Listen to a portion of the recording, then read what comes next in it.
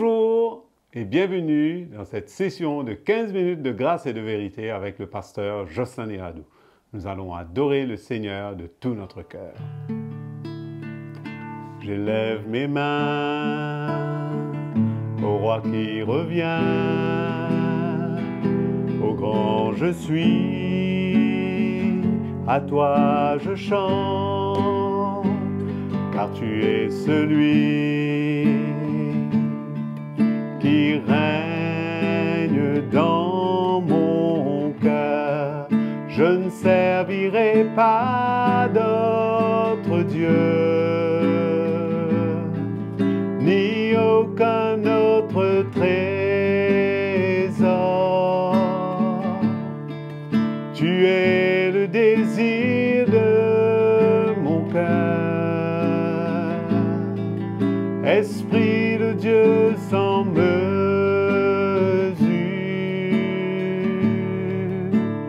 À ton nom, je porterai ton sacrifice.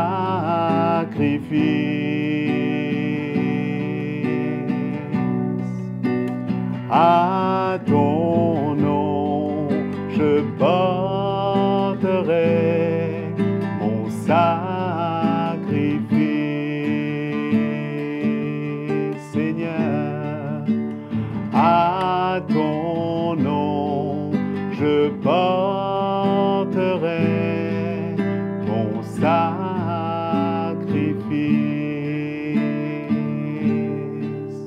Alléluia, Seigneur. Allons ouvrir nos cœurs à la parole de Dieu ce matin. Bonjour mes frères et sœurs bien-aimés, bonjour à tous ceux qui se connectent avec nous sur Internet pour ce programme de 15 minutes de grâce et de vérité. Je vous accueille, bienvenue encore une fois autour de la parole de Dieu. Nous remercions notre frère Patrick, la grâce d'avoir été avec nous, partager ce moment de louange, d'adoration au Seigneur. Nous voulons continuer avec notre série de la vie de l'Église locale. Je voulais encore une fois vous parler, cette deuxième partie, de servir, apprendre à servir, être des serviteurs selon le cœur de Jésus. Nous avons vu dans la session précédente l'attitude du Seigneur, la vision qu'il a, le cœur qu'il démontre quand il a lavé les pieds de ses disciples, quand il les a servis et qu'eux, ils étaient assis à table. Il a montré c'est quoi l'esprit du royaume de Dieu et il nous a dit qu'il nous a donné cet exemple pour que nous aussi nous puissions faire de même. Et nous voyons les apôtres aussi ont servi dans cet même esprit. C'est comme cela qu'à chaque fois qu'ils ont écrit à l'Église, chacun d'eux, ils n'ont pas manqué l'occasion de mentionner serviteur. Et dans certains cas, ce mot serviteur, c'était utilisé comme esclave. Donc pour eux, c'était une vie donnée. Ils étaient au service du peuple de Dieu. Ils n'avaient pas une ambition, ils ne voulaient pas une position. Nous avons lu, nous avons vu que Paul avait dit, qui sommes-nous, des hommes? Et que ce que le Seigneur recherche dans le cœur des vrais serviteurs, c'est qu'ils soient trouvés fidèles, fidèles chacun dans ce que Dieu l'a confié, Dieu l'a demandé de faire. Aujourd'hui, quand nous voyons cette tendance pour courir après des titres et des positions, donc c'est complètement dehors de l'esprit de l'Évangile, complètement dehors du cœur du Seigneur. C'est pourquoi dans la simplicité de l'Évangile, nous avons besoin de réajuster, nous avons besoin de permettre au Seigneur de mettre de l'ordre, nous avons besoin de donner l'occasion à nos jeunes hommes, jeunes filles, jeunes couples dans l'Église.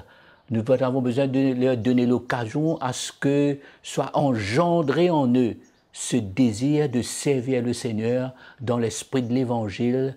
Et encore une fois, je vais vous montrer comment servir le Seigneur, c'est une vie donnée.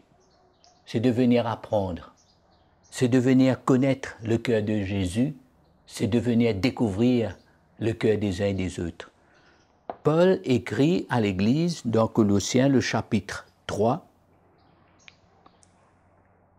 il adresse aux chrétiens quand il a parlé de la famille chrétienne, il a parlé de notre conduite. Là, verset 22, il va dire, Colossiens, le chapitre 3, verset 22, Paul écrit, il dit, « Serviteurs, obéissez en tout à vos maîtres. » C'est sûr qu'il parle d'un chrétien qui est en train de servir, travaille pour quelqu'un, est en train de le servir, mais il montre l'attitude. C'est ça que nous regardons là. L'état de cœur, l'attitude que nous avons besoin d'avoir pour servir dans le royaume de Dieu. Pas selon l'esprit du monde. Il dit, serviteurs, obéissez en tout à vos maîtres, selon la chair, et cela non seulement sous leurs yeux, mais comme si vous cherchez à plaire aux hommes, mais avec simplicité de cœur dans la crainte du Seigneur. Voilà ce qui doit prévaloir. La crainte du Seigneur, la simplicité de cœur, servir, faire tout ce que nos mains trouvent à faire, comme pour le Seigneur. Tout ce que vous faites, finalement. Là, il nous parle. Tout ce que vous faites, faites-le de toute votre âme, de tout votre cœur, comme pour le Seigneur et non pour des hommes. Souvent, nous voulons servir pour être vus. Nous faisons des choses pour être reconnus. Mais ce n'est pas l'esprit de l'Évangile. Il y a une simplicité qui a besoin de revenir. Et non pour des hommes, sachant que vous recevrez du Seigneur l'héritage en récompense. Servez Christ le Seigneur. Amen. Voilà l'état d'esprit.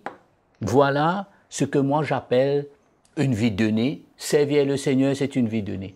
Laissez-moi vous rappeler que quand on a reçu le salut, je ne sais pas ce qui vous concerne, mais moi je peux me rappeler, quand j'ai connu le Seigneur, depuis le jour que je dis oui à Jésus, tout de suite est venu en moi un désir pour faire quelque chose pour le Seigneur.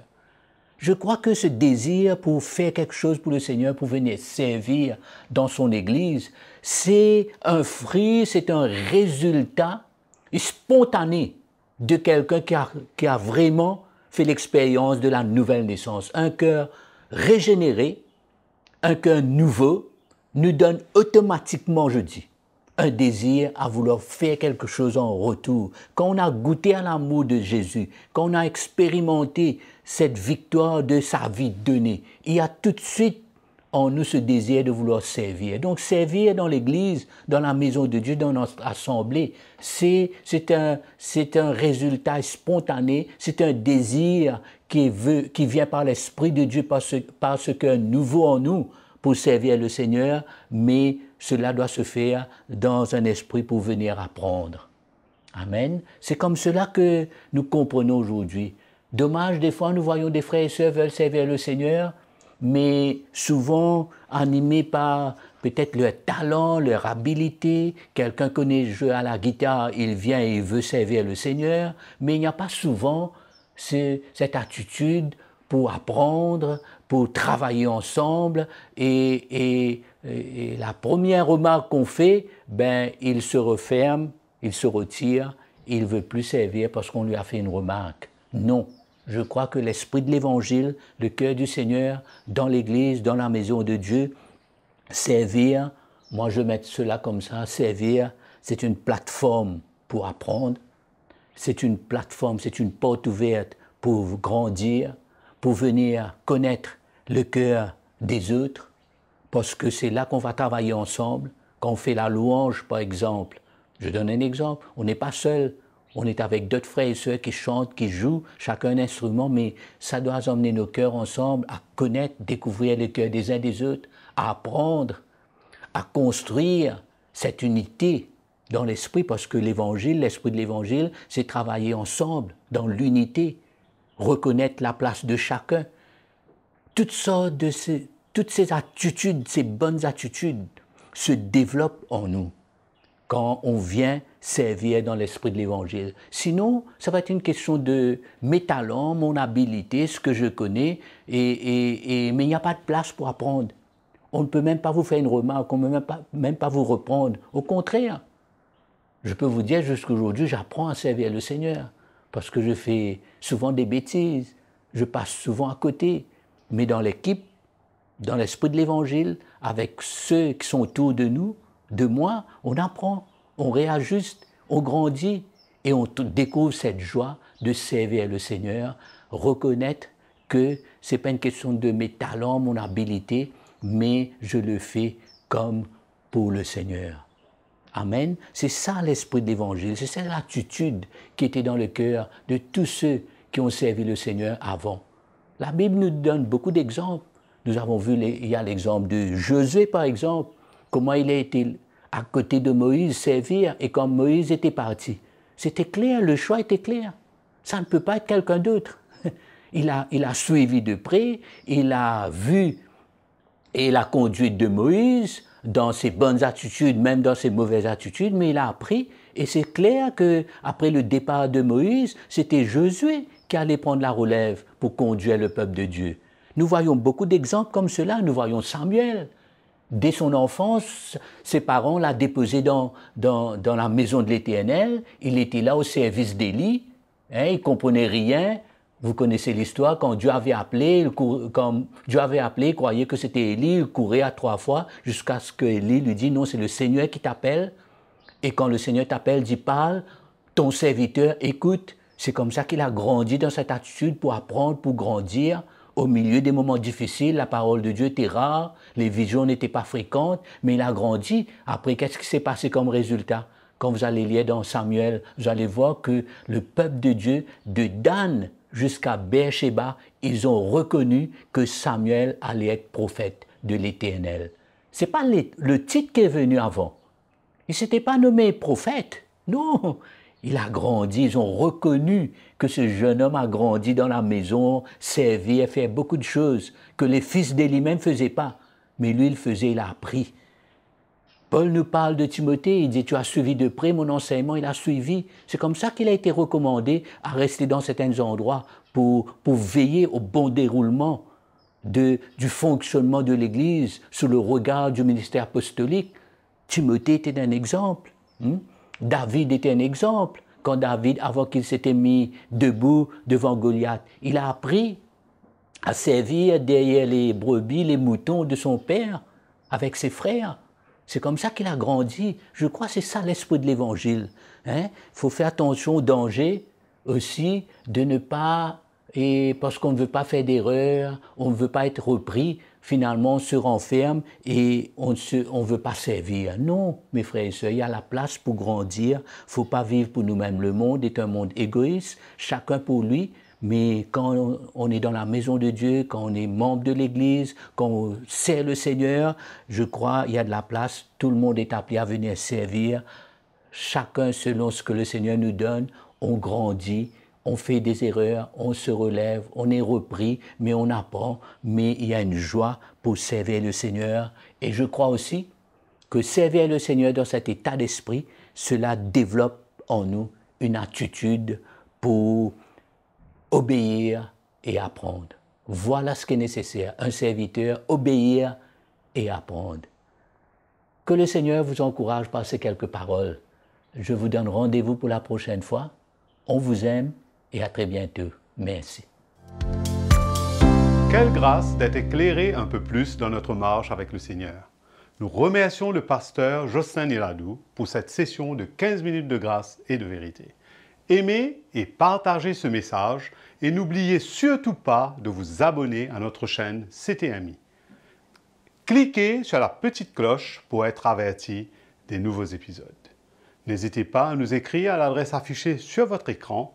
Nous reprendrons contact avec vous. Partagez-nous vos expériences et témoignages. Soyez bénis. À bientôt.